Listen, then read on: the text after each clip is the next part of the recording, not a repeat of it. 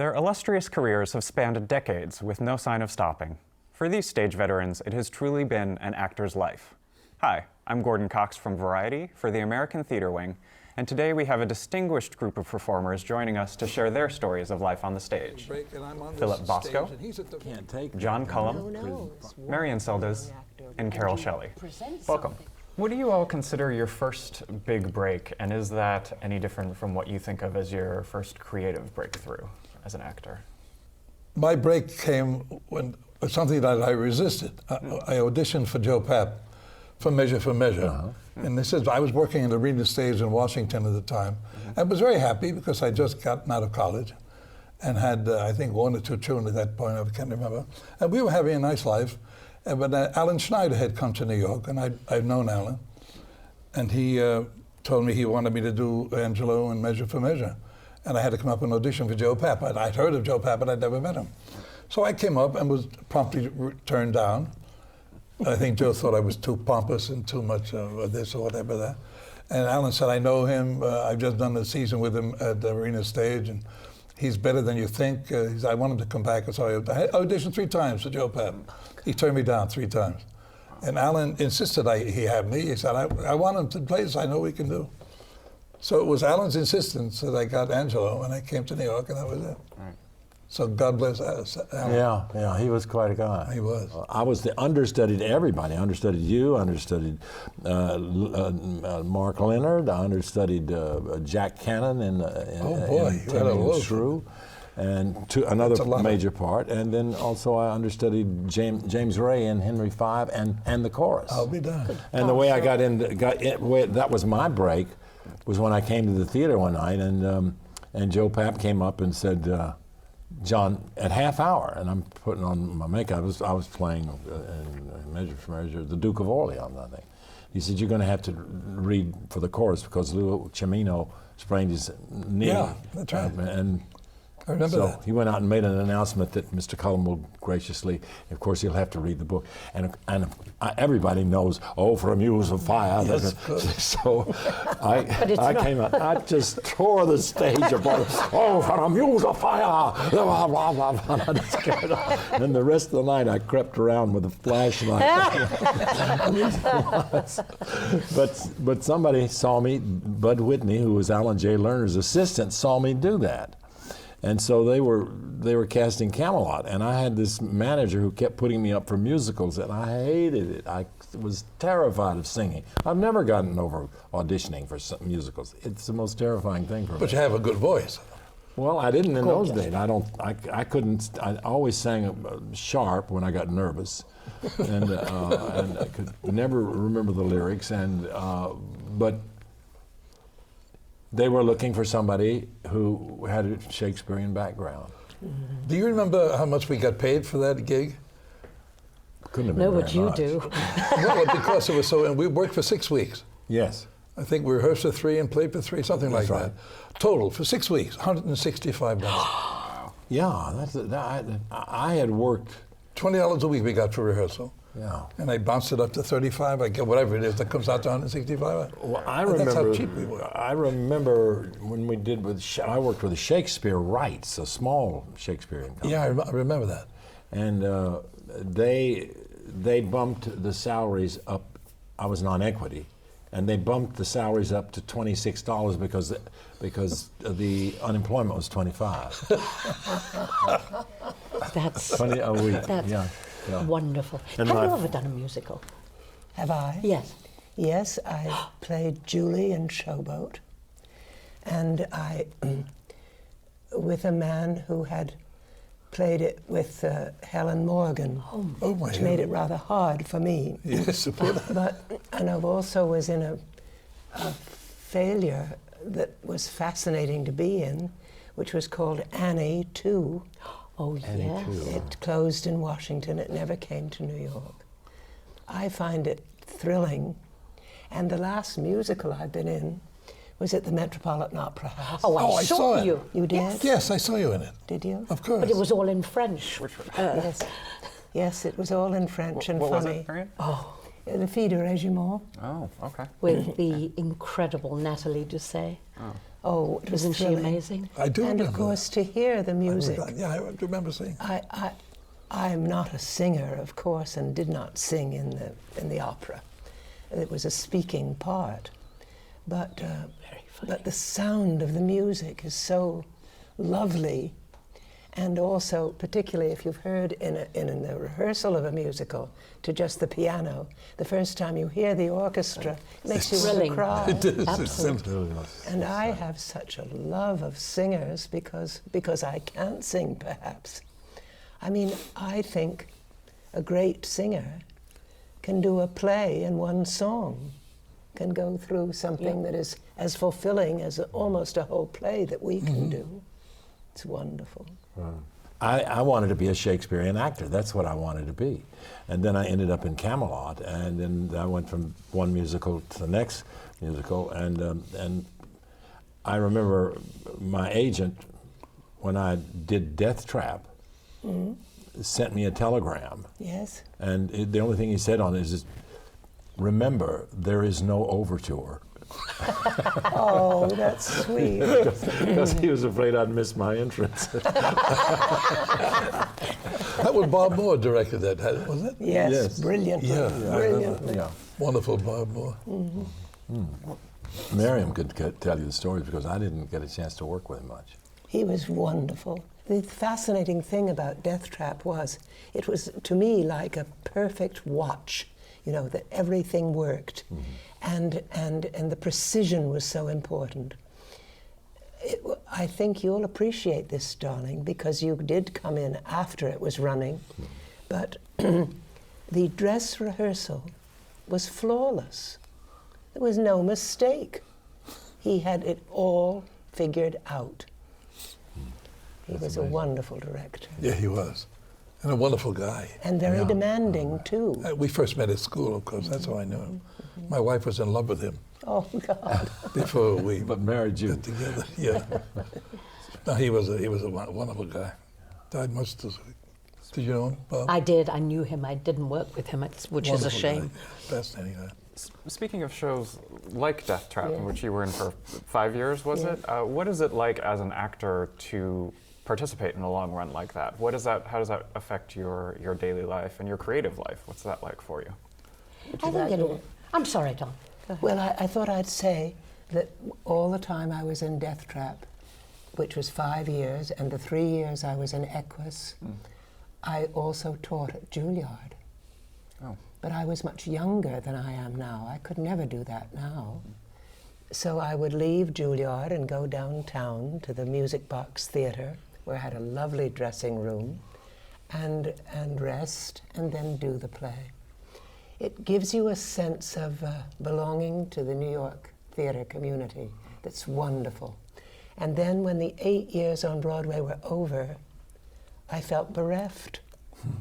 I thought, this isn't my street anymore, or my theater anymore. And the next play I was in ran 5 performances. See, it makes you. But I think people always say, well, how did you do it all that time? Well, there's a wonderful phrase that William Gillette, a great American actor, said. He played Sherlock Holmes for years and years. And people would constantly say to him, how can you play the same part? And he would say, the important thing in the theater is the illusion of the first time. Once you've heard that phrase, you can never forget it. The audience has never seen it, and you are not supposed to have lived it before. Just remember that, and you do it. And the audience in Death Trap was so excited to be there because it was a success. Most long runs are good plays. Indeed. I think there are occasional lemons, but I don't know them. Never I been could in a name them lemon. for you, but I'd be embarrassed. I'd be ostracized. I think a lot has to do with how rich the part is. Yes. And how you can go on discovering Yes. Oh, yeah. something just a little bit fresh, which will carry you through for the next month. Yes. And then you build on that. Yes. And you discard something Tell else. them some of them Neil Simon things and things that you've done for a long time. Yes. Yeah. Well, I was brought over to do The Odd Couple. Yes. And stayed. Thank God. That's all there was to that. I liked it. I loved it. Oh, yes. The Odd Couple, my God. That was a wonderful show. That was it opened in 1965. I have an interesting story I think your viewers will enjoy. I was doing summer stock in Maryland, and you remember Myron McCormick Oh, of course. came down South to Pacific. play the lead in Death of a Salesman, Willie Loman, and he was quite good. Well, we used to gather in the house next to the theater. It was Olney. Do you remember Olney? Any of you ever played Olney in Maryland? Anyway, when the show's over and we're all sitting around, and Myron, of course, was the oldest and the most successful of the actors gathered there, and we were much younger. So we're in. And I remember one of the actors saying, "Mr. McCormick, how many shows have you done in New York? You've been there for many years." He said, "Oh, well, actually, I've been on Broadway for 20 some odd years, whatever it was." And he said, "I've only done 3 shows." And we all looked at each other. But he said, "No, I mean your whole career." He said, "Well, that's it." And we were all puzzled. He said, "Well, I did Mr. Roberts for 6 years. I did South Pacific for 7 years, and I did No Time for Sergeant for 7, whatever." You know, he did 3 shows. And then all those years, my heavens, talk about a paycheck. I mean, can you imagine having to do 3 shows in 21 years or whatever it was? Yeah. It takes something I couldn't do. Oh, boy. How much does an audience affect your performance each night and then affect your approach to a role in a long run? I don't think it should. I think you should affect it, but I don't think it should affect you. I think it distorts terribly. If you listen to them and play along, I think you're destroying your own work unnecessarily because... I agree. Yes? Absolutely. Especially if you're doing a one-person show, it might. But you have an obligation to your fellow actors. You can't take off on a whim because the audience feels such a. You are a part of a team. Well, so that kind of governs it. I had night before last. I had a situation where the audience definitely affected me, but I have to admit that it. In August Osage County? Yes, Yeah. I have a 15 or 16-minute almost monologue, and it's easy to get lost there. And I go read through the play each night before, and then go through it while I'm waiting for it in the wings. I go over the first section of it. That night before last, I started talking to Bob Foxworth about one of the other plays that Letts had written, and we got off into religion, and I got very I didn't go through the play. And then I ran downstairs to stand in the wings and go through the play, and the girl who sits there and talks to me, Samantha Ross, started talking to me, and I didn't get a chance to go through the play again. And then she made a couple of remarks. She said, "I like that scene when you say thus and such to me." And I started thinking about it. And she says, "And I like it when you play it very slowly." And I started thinking about that. Oh, that's because of death. So I go out on stage, and then just as the lights hit me, I know went through my mind, the director is in the house. She's only seen me once. Oh, dear. So I start into the play.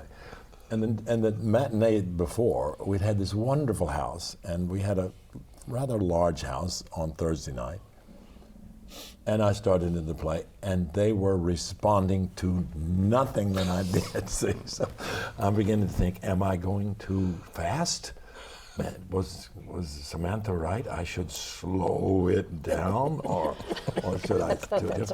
And I'm thinking, what is the director thinking about all this? And then I suddenly realized that there was a long pause, and nobody was saying anything, and I'm the only person who's supposed to be talking, and I didn't know what in the world to say. I didn't know where I was, and there was this huge gap. And thankfully, I'm supposed to be drinking, so I started drinking and drinking, trying to figure out where I was. But I finally got back into it. But there was a case where it was the audience who finally dominated me. I was so afraid of them, and I thought... It's worse when you do it to music. When you go up in the middle of a song. Oh, boy. And the inevitability of the orchestra just keeping going, and you are sitting there, mute, That is terrifying. What do you It do? must be. What do you do? Well, it happened to me, I think the first week of playing, our alternate conductor, In Billy Elliot? in Billy right now? Elliot, was conducting, and I hadn't heard over the loudspeaker that that's what was happening that day. And I caught his eye and went, "Who are you?" I mean, in my brain. And the words went. Bless his heart, he started mouthing them. But I'm so short-sighted, I couldn't see what he was saying. And I'm getting closer to him and closer, and I pick up on a word, and I just sort of threw it into the hopper, and luckily managed to get back on track. But it felt like 10 minutes, but I was told nobody noticed. That's the best thing when somebody says, "Yeah, well, of course you did." Nobody noticed. And you think, Don't you how love that, dreadful yeah. is my performance most nights? Is it as bad as that? Oh, that's really scary. It is. Marian, you're looking very scared. Well, I think what you said that hit me the most is that even when someone you're playing with goes up and you want to help them, you are never quite sure if you should or not. Right. And it's true, that moment seems like 15 minutes. And people You say don't they've remember. You don't remember there was a night on or an afternoon or whenever it was in Death Trap Yes. that I got lost in pretty much close to the top of the scene. That would have Yes. been about 15 minutes. Yes. And there was no way you could pick it up because I'd given you the wrong line, and you looked at me, and I got so angry with myself that I sat down at the you were sitting on the settee, and I sat down on the settee. I said, I'm not going to ask for this. I'm going to start from the top of the show and figure this out. And you sat there very patiently for about, well, I don't know, it felt like an hour and a half, but it was probably about a minute. And then you got up calmly and walked up and left me out there fuming. Yes. And went out and got the line, came back in, gave the line, and we started off. Yeah. I'll never forget that. I remember that now, but you see, the reason I couldn't help you sooner was that I was so frightened of you as the character. You see, you remember you dominated my life. That's right. Have you ever experienced this? I'm sure you have, where a leading player in the company is out for illness or whatever, Yes. and the understudy goes on. Yes. And everybody's so concerned, Yes. the company is so concerned about the understudy. And the understudies generally, we all kind of defer, Yes. make Yes. allowances. And oftentimes the understudy, this happened to me a number of times, the understudy will be remarkably fluent in the first performance because out of sheer terror, and the words will come out. They may not be acted terribly well, but all the words are there. And everybody breathed a tremendous sigh of relief that we got through the bloody play. But the second time, it almost always is a disaster because he felt like, wow, I really Now did I it. can enjoy myself. Now the terror comes out, and nobody knows what the hell to do. Oh yes, that's true. I think So the understudy show, I can't remember the name of the lady, but she understudied St. Joan in, I can't remember which Joan it was. It was up at Lincoln Center anyway. And she went through it. She was also our coach, our speech coach. I can't remember her name. You don't recognize her. But she went through, out of sheer terror, she went through it almost at rocket speed. The words came out with such a high tone, and it never changed. And she did everything the same way they would never do it like that. And you got right through it. Out of sheer terror, I'll never forget. a lot of times when the understudy goes on, it's the people around them that screw up because they're so worried Yes. about Isn't that true? Yes. Yeah. But That all is- of us have been that standby or that understudy, and it's thrilling when you get the chance Wonderful. to It's do a it. wonderful I've thing. never done it. You've never done it? No. I'm sorry, I don't mean to be monopolizing it. no. But I only understudied once in my life, and I'll never do it again because I was That's how I terror-stricken. felt. Terror-stricken. Yes. I understudied in Man for All Seasons. I understudied 3 small roles. Well, they weren't small. 2 of them were substantial. The King, the Duke, and another role. Three roles for 4 months. Never once went on in any of them. But I was petrified almost every night. Yeah.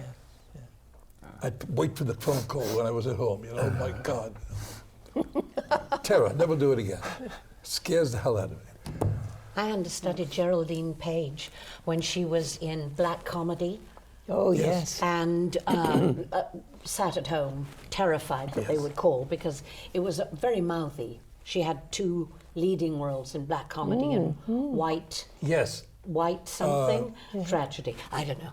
Anyway, one night I got the dreaded call at the 15 minute, and it was get in a cab, get to the theatre, she can't go on. I didn't even have enough money for the cab and to live for the rest of the week. Nevertheless, I got in a cab, rushed to the theatre, rushed through the stage door, and there's this stage manager standing there saying, "It's all right, she's fine, she's going on now." I was furious. I was furious and drenched, and didn't even have the money to get a bus home. I think I had to walk. Anyway, cut a long story short, that was the time I said to myself, I will never understudy again. Years later, she and I worked together, and I thought, shall I tell her? No, it'll be my secret. Yes. So we had a wonderful time working together. But, Yeah, she was a wonderful actor. It was a horror story because you never got a chance to do it. Well, To get rid of it. I was terribly grateful I didn't. But sometimes, if you have a wonderful stage manager and the understudy rehearsals are interesting, it can be a very satisfactory thing to do.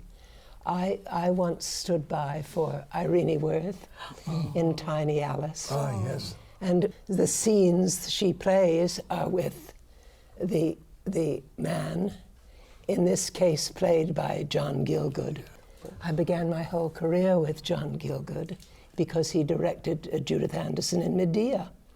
And I adored him to this point where once one of the assistants of his said to me, "You know, you must stop staring at John in rehearsal because he can't work." I said, "I don't stare at him." And of course I did. I never took my eyes off him. Well, now here I am with my idol playing Miss Alice, grand lady, the dominant figure in the scene. And one of the things that happens is she opens her negligee and she wraps him in it and holds him to her stomach. Well, this is my idol. You wouldn't let him go. And I didn't want to disturb his hair piece. And so when I took, then you have to take the negligee and open it again so he can get away. And he did. And then I moved a little. And after we did it, he said to me, "Do you always move after I get up?" And I thought, always? We've never done it before. It was so exciting to do it, though. It must have been. Oh, I was in heaven. Well, I have to tell a Gielgud story. Yes. I had been Richard's. Most of my excitement came from understudying, major part of my career, you know, because I was Richard's understudy and I got to go on for him. That's right. Right. You were, so, you know, Bob Millie. Oh, yes. Yeah. Yeah. And Bob Millie ended up in Hamlet and I ended up in Hamlet too. But I went to read for Hamlet. Now, I had been in a couple of productions of Hamlet, and I had read for Laertes, and so I knew the play. And I was understudying the 2 leads in the rehearsal at the same time, and rehearsing an off-Broadway play at the same time. And so I looked over this scene that Laertes has, my necessaries are embarked. It's a big, long, convoluted speech. And I knew that it was almost always cut. So I said, well, I won't worry about that. So, I won't worry about that. because I know the rest of the play. And, so the next day I came to read, I guess it was the Royale at the time. And Sir John came down and said, "Mr. Cullum, Richard says you're a good actor." And I said, "Well, thank you." He said, what would you like to read?" And I said, well, it doesn't matter to me. Anything you want. I know. He said, well, you know, one of my favorite lines is, my necessaries are embalmed. What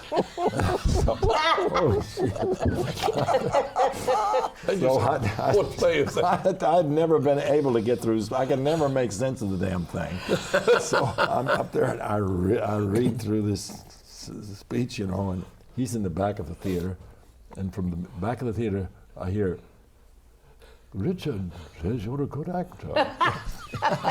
So he walks down and he says, well, thank you, Mr. Cullum. And I'm thinking, well, yes, sir. And as I'm going out the door, I hear him say one more time, Richard thinks he's a good actor. Oh, God. Oh, my God. And of course he didn't. And Richard made him read me. And of course I prepared very well for it. Did you get the part? Yeah, I got the part. That's- But that was mainly Richard's. And I know that Sir John had a lot. He said to me, I'm right in front, in front of God and everybody, John, oh John, you're so colloquial. Oh my God. And so I went to him one time and then asked, is there anything that you can tell me? He says, I see Laertes, John, in a pink shirt. And so I got myself a pink shirt and I played this. Do you know, I've heard that story and I didn't know it was you. That was me. Oh, I That's love a it. famous line. How do you see Laertes? I see him in a pink shirt. Yes. Oh, it's lovely. And another time, I'm doing this scene. My necessaries are embarked with Ophelia, and that's when he said, "You're so colloquial." And then the next time we did the scene, he started to demonstrate, and then he started into the scene. He did the entire scene with her. And then I realized that he must have played Laertes or he played Hamlet so many times that he knew the play by heart. Of course he must have. And everybody gathered around and they applauded afterwards. And I said to him, I wanted to kill him, of course, but I said, Sir John, I said, I do hope you don't expect me to be that good. He said, oh, dear boy, he said. Now, I can tell you some more stories, but I won't bother. I have one that I think you'll find funny. When I first went to college, I hadn't turned 18 yet, so I was the young kid in the department. This is at the Catholic University Speech and Drama Department. And they the first production of that season. Now remember, I went down early to sign up in the gymnasium. You know, you got your courses and all, and I immediately went to the theater, and they were in rehearsal, and they were doing Lear, a production of Lear, which they had already cast from the previous semester, and started early because it was such a complex show. So when I get in there, they're rehearsing, and I asked somebody, you know, to whom do I speak? I want all the parts cast. They said, yes, but there are some small parts available. To make a long story short, there was a gentleman that had come down from New York named Basil Langton. Had you heard the name? Yes. Remember I him? knew him. Yeah. Very, very dramatic. And he was directing this, a guest director. And I was sent to the stage manager, and they said, after we finish the scene, Mr. Langton will speak to you. So the scene was finished, and he said, prepare something from Lear. So I got the script, and I took a speech. I didn't know much about it, and I contending with the fretful elements, a scene that the gentleman says just before this, before Lear goes on to the heath, the storm. And I read it. So anyway, the cast is taking a break, and I'm on this stage, and he's at the very back of the theater. Now, it wasn't a very large theater, but it was back about 60, 70 feet. And I'm on the little thrust stage, about 2 feet off the regular stage. And I read this. And all the way from the back of the sun, now it was a warm day, even though it was in September, I guess. He had his shirt unbuttoned to the waist, and he had a very big kind of a Scar? muffler or something, yeah. Very dramatic. And he walked all the way down after I finished, walked all the way down this long, it seemed to me an eternity, to get down to the end of the stage, and stood up looking up at me this way, and he said, the very first words out of his mouth were, when did you injure your voice? Oh, my God. Oh, God. Yeah. What a beginning that was. Oh, man. When did you? Oh, so bad. Touche. What an introduction. I got the part. Okay. It was 9 lines, I think. I never worked with Sir John Gielgud, but I would love to have. Yeah, so would I. But I had a couple of friends, Ian Richardson, told the most wonderful story about working with Gielgud.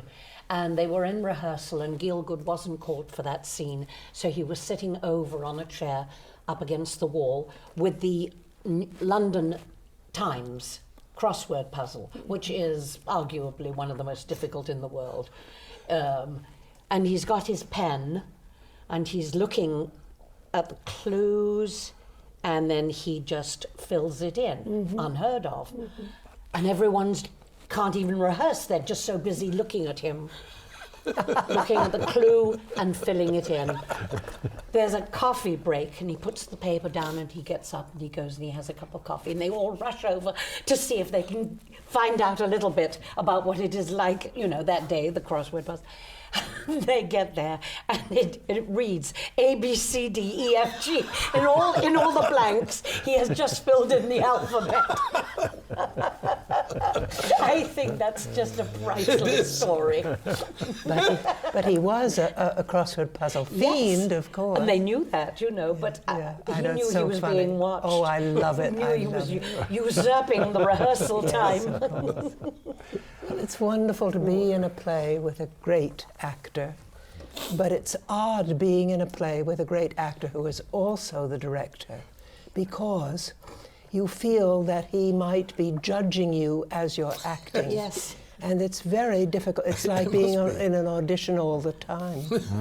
When I was with him in after I've never heard that. That's after good. Medea came Crime and Punishment. Ah, yes, And I saw that. You did, you darling? Yes, I did. And I played his sister, Dunya. He said to me one day when I was in Medea, "Would you like to be in a play with me? Would you like to play my sister in Crime and Punishment? You know, we resemble each other, you know, the noses." So I did, and we did the play, and it failed. And he said to me, "I took you out of success and put you in a failure. Would you like to go back into the success?" And, you know, I had no lines in Medea. I was a servant. I had nothing to do. He put me back in it, which was so sweet and thoughtful. But one night, it was Christmas Eve, actually, Dunya, his sister, sees him after he's done the murder, and she doesn't know what he's done. And John, Sir John, is on the ground from fainting, and I run over to him, and I ran over to him as I always did, and I knelt down, but he was in a different place, so I knelt on his hand, and I felt the bones crush. I thought I'd die. I wanted to die. And he sort of, for the rest of the play, he held his hand like this. It was so terrible. It was so awful. What a ham. Had he really hurt himself? No, I think I Use did. it. No, Whatever no. happens, use it. No. Amazing, though. When you're, you know, it's something we've never talked of together of this, but it's sort of something you have to learn in the theater, which is not to criticize your fellow actor. I'm not talking about the director, but, you know, and if someone is doing something that's driving you mad, you're supposed to go to the stage manager and say, "Is that the correct thing?" Or whatever, yes. You know, make it. No. Because otherwise you have this strange feeling that while you're acting, a critic is watching you. And it's, you know, the freedom of being able to do what you've rehearsed and just picking it up from the other actor is so wonderful. But the minute it becomes a critic, it's hard to do, isn't it? It doesn't happen very often, but I wonder how the young actors learn this. Because sometimes a very young actor will just tell you something to do. But do they care? Well, Are they thinking ahead? Do they really care? I don't I know. don't think they know I don't think they what know. Marian No. knows. But there's sort of a way of behaving in the theatre, you know. No. And also the other thing And about nowhere to learn Gielgud. it, darling. No. Nowhere to learn it. No, Yeah. except in the theatre, Yes. right? And, well, okay. Well, they're all gearing up for television and movies. I know. When you go into audition for a part, do you try to figure out what the director wants, or do No. you try to do what you want to do? Me. I would I try to see what comes up the script for me and do that. Because the one thing you do learn through a long life of experience is that that's all you've got. And when you're young, you don't trust that what you've got is enough. People say, well, just George Cukor once said to me, I'm going to give you some very important direction, Marian. I gave it to Kate Hepburn. Only do what you do. And you think, yes, but what if that's not good enough? You see, well, now we do what we do. We bring what we've got to the table, so to speak. But I think in the beginning, it's hard to trust yourself. Did I speak too quickly when I said I do what I want to do? And it's not because how do you know what the director wants? The director probably hasn't even spoken to you. Some assistant has said, come on in here. Quite often, he doesn't know what he wants. No, that's true too. So the thing They're is, if you looking go too. in and you present something that's Right. viable, Right. You can get the part, and it cannot be what he thought it was going to be in the first Exactly, place. exactly. But oh, this is better. Yeah, So- or more interesting. I think that's. Well, that I think that so. relieves me, because I think I So agree with. tell your boy. Yeah, so do I. That's what I've always said, and I think it has to do with the kind of an essential of all art, which is we all have something that we. Makes us unique. Yes, that we have something that we want to say that is part of us, and that's why if I played Lear, it would be different than if Phil played Lear. My association with Lear's, I've been connected to 5 productions. The first one I staged managed, and I got notices by all of the critics. It was done at the Cafe, you know where Cafe Y is down on McDougal Street, a little teeny theater. Yes. This was the Shakespeare rights. Phil Lawrence directed. Oh, I remember that group. And every critic said the stage manager had a heavy hand on the thunder sheet. But why were you reviewed? Why not? And then I played the King of France. Bernie Gersten saw me sitting up there one day watching him one production, and they were having trouble with that production. It was one that that Joe Papp directed, and so I was in that. And then I directed a Lear up in Seattle, which nobody liked, the entire script. And you believe me, you can forget it in a hurry. I don't know a word from it now. And got halfway through rehearsal in one, and the other one I had to drop out before the rehearsal. So I never got a chance to do it. I have an interesting association with the Lear. Excuse me. I played it up at Stratford in Connecticut with Morris Carnovsky. That's famous Lear. Oh, he was wonderful. He was wonderful. Remarkably I good saw Lear. it. He was He wonderful. really was. And he played, as it turns out, I was there for several years, and he lived right adjacent to the town. He lived up, I can't remember the name of the town. And he played it like 3 or 4 times up at Stratford, Connecticut, before it finally hit the ground. And people who'd seen it after said he got slower and slower and slower. And he started off slowly. You can imagine what it must have been like. You know. To sustain that role. I mean, Yeah, I he was watched wonderful. Bill sustaining it, but it's exhausting. It is. It just must you be. start here, and he was in and his, then you he was go in his higher. 60s too when he first began it. But then I played it at Lincoln Center with Lee J. Cobb. Oh, I saw that too, darling. And Lee is a wonderful man, but he wasn't a terribly good Lear. But me and my enthusiasm to meet Lee J. Cobb. Of course. I remember meeting him in the hall when we were just beginning rehearsals and mentioning that I had just I'd played Kent, and I played Kent with Cobb as well. When Morris Carnovsky, not realizing the difficulty of the McCarthy period, and said, I just did it up at Stratford with, I'm sure you were, because I knew they were together in the group theatre with Morris Carnovsky. And I'm playing it with you, but I made that connection, and I didn't realize that, all of the history of their difficulty. Well, apparently there was a falling out in the McCarthy period Between them? between Morris and Lee. I didn't know about that. Because one of them blew the whistle, and the other one, I won't leave it up to you to figure which was which. But they were like father and son. And I put my foot in it, totally unaware. Didn't know. I had no way of relationship. knowing. Yes, I was terribly embarrassed when he told me about it. It's interesting about, we're talking about a great actor, Lee J. Cobb. Oh, indeed. And that he did not fulfill the Lear too well. Well, he didn't have the size for it. No, but I'm going to say something, a wonderful phrase that Ruth Gordon used to say. She used to say, he hasn't lived his life to play that part. That's right. Yeah, Well, you see, we all adore Shakespeare.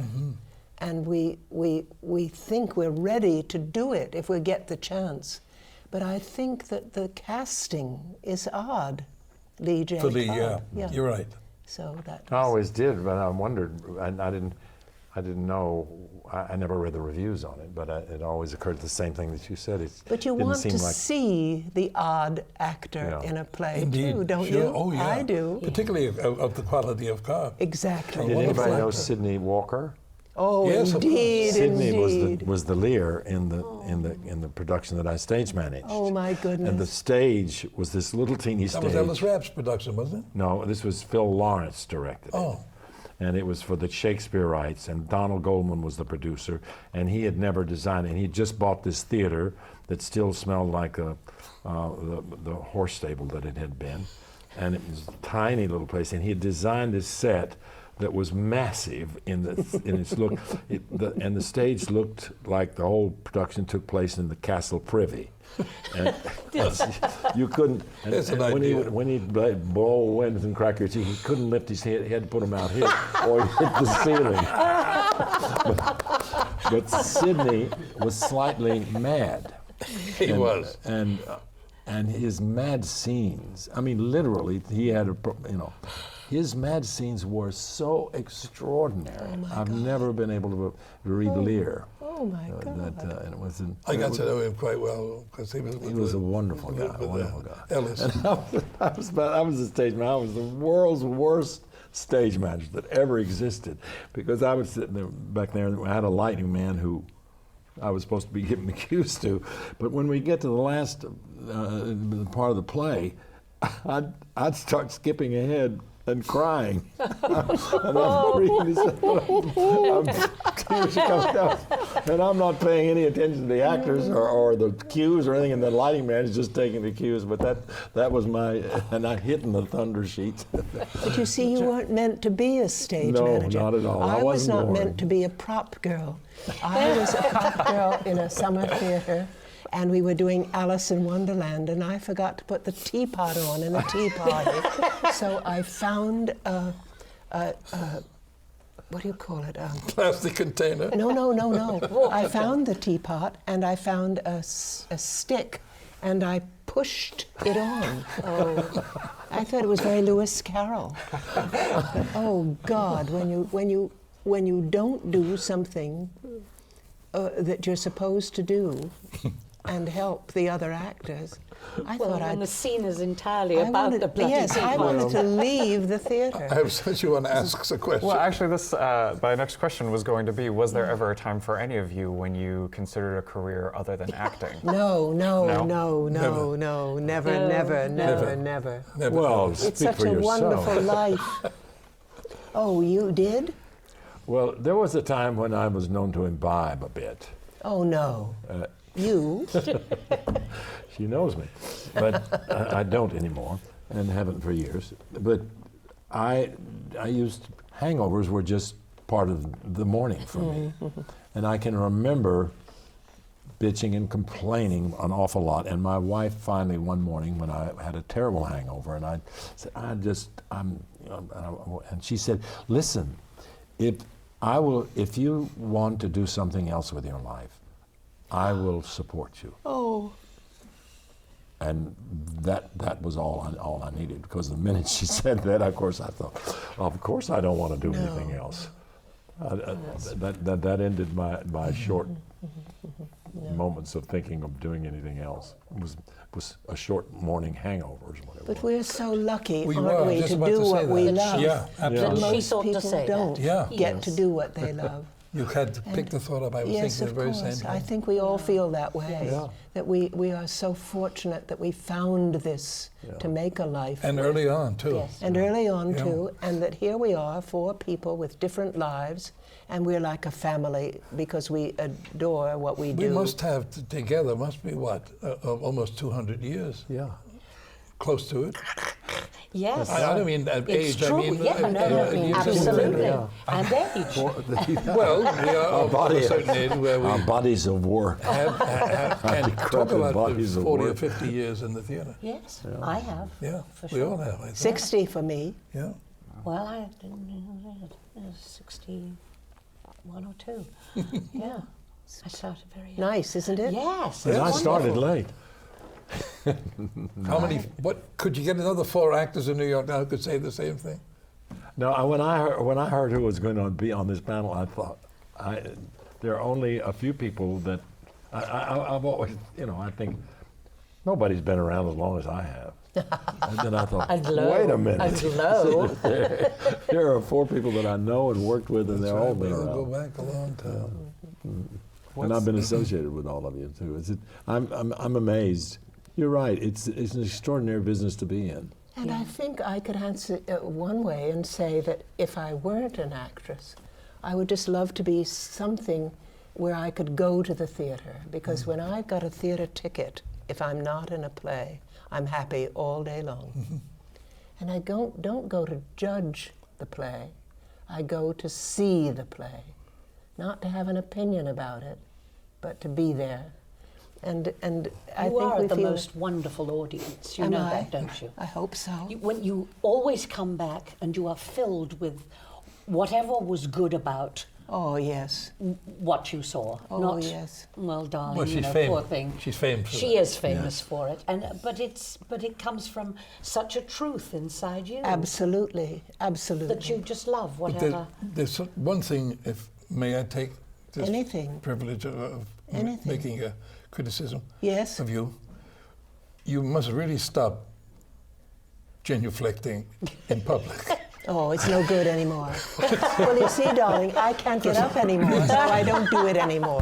You'll be Just delighted. from the waist, then. It's a wonderful it would be feeling, allowed. but we want, I thought We've all been lucky enough to receive that genuflection. well, it's something very Elizabethan. Yes. Well, In there's the something very non-Elizabethan Elizabethan about area. me. Yes. Oh, this isn't the Elizabethan era? Oh, Well, it still Not on is. 8th It Avenue, still is anyway. somewhere. somewhere it is in me. No. What do you do to keep the excitement and the passion every day going into your show that night? Oh, that brought us to a grinding halt, didn't it? Yeah, indeed. I don't start getting excited really until I start to go to the theatre, and then it sort of starts to bubble. And that doesn't go away ever? That hasn't... Not if it's something I'm having a blast doing. No, I mean it's more difficult to, as they say, get it up when it's not a play that you're enjoying. Or The most important thing for me is making sure I get into New York City in time to get to the theater. Because I live in suburban New Jersey. And it's always the most difficult problem to solve. Make sure you leave. So I have to come to the theater, except matinee days, of course, much earlier than they ordinarily would, for fear of getting caught in the traffic and then getting tightened up, So that's a very practical thing for me. But you're a very concentrated actor. I mean, when you're on stage, it's at least the sense that I get is that it all comes together. I don't know whether you do it 15 minutes before or 5 minutes before or whatever. When I see you working, you're right in that particular role, and I never worry about you being out of character. Or some actors I get annoyed with because their I know what you performance mean. seems fractured or something to me. I remember thinking that about George Scott one time, which kind of hurt me to see it. I was doing something at Lincoln Center. He was Little Foxes, I think, a whole star cast. And I remember watching from the wings. You know, remember playing Lincoln Center? You could sit outside. You know, there were 2 ramps down at just the proscenium arch. And I remember watching him, and he happened to be blocked in this particular scene, and he was joking with the audience. He was what? Fooling with the audience. During the scene in which he was present, but he wasn't particularly, you know, and it shocked the hell out of me. Can't believe it. He was Yeah, actually sure, in it's- it. believe it. I know it's true. If you And say you know, it. there's an actor that I've worked with who, when he does what he does, night after night, I did a 2-character show with him. I remember that. Yeah. Circle in the Square. Yeah, the Autumn Boys. Yeah, of course. He played old Huck Finn, who murdered his wife, and I played Tom Sawyer, who was kind of a pedophile, never gotten over Becky Thatcher. I remember that, sure. Yeah, but George could when he was really into a role, no matter how many times he played it, it looked as if he'd never done it before. Absolutely. And you could be right on looking him, you know, you could look right in his eyes and you think, I've been bored. He didn't do it. And it was always the same performance. But I didn't mean to indicate, I was just shocked. No, but He's the fact that he dropped out. He's a and was fractured fooling. actor. He was a fractured actor. And, you know, it was caught me. I said, what the hell is he doing? Yeah. It was a thrust stage. You know, the people are right there. Yeah. And I couldn't help but see him because, you know, I was down here and watching, and there he was. The scene is going on over there, and he was doing something with the audience. I couldn't. Well, It George stuck was with me because it was so an unusual uncharacteristic, you know, of a prominent actor like that to do such a thing. He had a funny relationship with. He may be on the sauce, 'cause he- with Yes. with the Tipped it up audience. a lot. He I'm sorry. said- He had a kind of a funny relationship with the audience Did he? sometimes. I know that he would, at the end of the first act, which is he would make some kind of comment if he didn't like the audience. You can laugh now, or he'd say, Yeah. What's one quality you would recommend an actor have Oh, today? gosh. Well, when an actor was certainly asked what particular quality was needed for King Lear, he said a light Cordelia. That's from the dresser. Yeah. I think wonderful. stick-to-itiveness, if that's the right word. Stamina. Stamina. Yes. You've got to hang in. Yes. If you can't hang in, forget it. Because it takes a long time, unless you're really unusual. And that's even after you've made it, I Yeah. think. You've 'Cause got to it's really, It's never. because you're always out of a job. That's right. You know, no matter how successful, you're unemployed. Do you still worry about the next role and where it comes from? Not anymore, I'm afraid to say, because I don't get it that where often. it comes from. It comes from a playwright. We know that. Mm-hmm. And I think I would say if you could only choose one quality, then it better be love the art, love the theater, want to be there. Indeed, yeah. That goes without saying. But you've got to be able to handle disappointment. Yeah. Oh, yes. If And you I can't think handle it, also you have to be ready to diversify and not just follow something or That the you've- type of parts that You've you have always played. done, I agree. Yeah, I think I have. I've sort of swung with You what have. has come my way, and I think that's good, as opposed to waiting for a part that never comes. Finding out what you might be able to bring to something different. So both determination and flexibility, it Yes. sounds like. Right. And love. It's a tough grind, but if you love it, there's nothing else. There's nothing else for you. And I think that we find out as we grow older that other people's lives, not necessarily theater lives or actors' lives, are very like ours. There's no profession where it's easy. It's not supposed to be easy. Absolutely. No, that's one thing I learned from watching other good actors. Yes. Phil included, and Richard Burton and Bob Preston, those kind of people. It gradually began to dawn on me that they are working a lot harder, and it takes a lot more energy than they let on. At You least bet. You bet. It takes a lot. It takes a lot of guts to play big roles and play them well. Yes. And keep the attention of the audience. Yeah, Absolutely. Yeah. And, it's tough. It's tough. Did you But, just say you know- Bob Prosky's name? No, I said Bob Preston. Preston. Oh, Bob Preston. Yeah. Oh, yes. Prosky was it. A lovely actor. Yeah, I lost track of I him. wanted to say very quickly that the last of these wonderful seminars I did, he was on it. Oh, was And he? he was such a wonderful guest, and everything he said was so connected to the real life of an actor, how you make a life and how you pay for it and that kind of thing. Not my dreamy Elizabethan life. And I was so impressed with him, and I'd love to pay him a little tribute from all four of us. Yes. Yes, indeed. Thank you.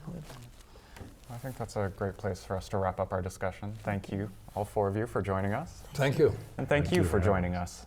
These programs are brought to you from the Graduate Center of the City University of New York in partnership with our friends at CUNY TV.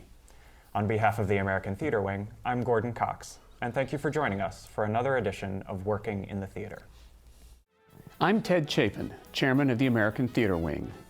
The Wing has played a vital role in New York's theatrical life for more than 60 years. Best known for creating the Tony Awards, we stand for excellence, but we also support education in the theater, and our work reaches beyond Broadway in New York. The Working in the Theater television programs, which are supported by the Annenberg Foundation and the Dorothy Strelsin Foundation, are unequaled forums for discussions with today's most creative artists. Downstage Center's in-depth radio interviews were created in conjunction with XM Satellite Radio and can be heard on our website. Our annual theater company grants support New York not-for-profits, and since they began, have distributed nearly $3 million. We are also pleased to be the home of the Jonathan Larson Grants, which support emerging composers and lyricists. For people who are starting their careers, we have a 2-week boot camp for aspiring actors from colleges across the country called Springboard NYC. And our theater intern group provides a forum for young people who are starting their careers to build a professional network. All of the American Theater Wing's educational and media programs are available for free on demand from our website, americantheaterwing.org. Thanks for your interest in the Wing, and thanks for watching.